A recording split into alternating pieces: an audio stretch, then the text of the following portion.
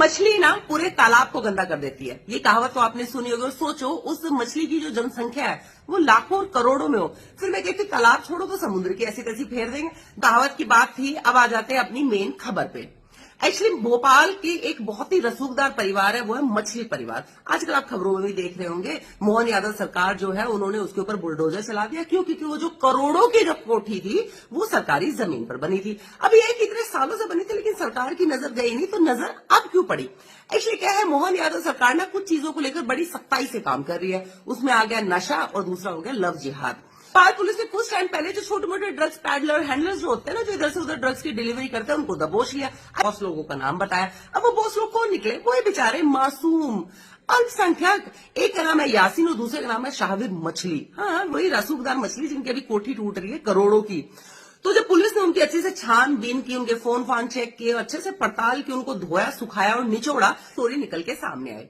तो यासीन है ना, वो क्लब में डीजेइंग का काम करता है और ऑफकोर्स वहां पे लड़कियां भी आती है, तो उनसे यारी दोस्ती होना आम बात है। तो उन लड़कियों को जो बेचारी डिप्रेशन में चले जाते हैं, उनको डिप्रेशन से निकालने की दवाई देता था। और साथ में इसका जो साथ शावर है, और ये जब जिम जाते थे तो वहां पर बहुत सारी औरतें, सबको चस्का लगा ना, हमें पतला होना है और बहुत जल्दी पतला होना है, तो उनको ये कुछ मेडिसिन देते थे वेट रिड्यूस करने की।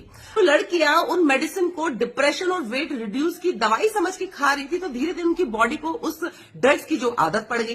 तैसे उनका गेम प्लान स्टार्ट हुआ। उन्होंने उन लड़कियों के साथ फिजिकल रिलेशन बनाए, कुछ के साथ जबरदस्ती, किसी साथ प्यार मोहब्बत में, और किसी के साथ वो नशे की दवाई का लालच देकर, और फिर उनकी वीडियो बना ली। इस तरीके से वो हिंदू लड़कियों को ट्रैप कर रहे थे और उनको नशे की आदत डालकर उनको अपना डिलीवरी पार्टनर बना रखा था ड्रग्स के अंदर। और उसमें मुसलमान लड़कियां नहीं, मुसलमान लड़कियां क्यों? वे बेचारी तो बुरके में रहेंगी ना। हिंदू लड़कियां, क्योंकि हिंदू लड़कियों को भी ज्यादा कीड़े काटते हैं ना, ये मुस्लिम भाईचारा। अब बनो चारा अच्छे से।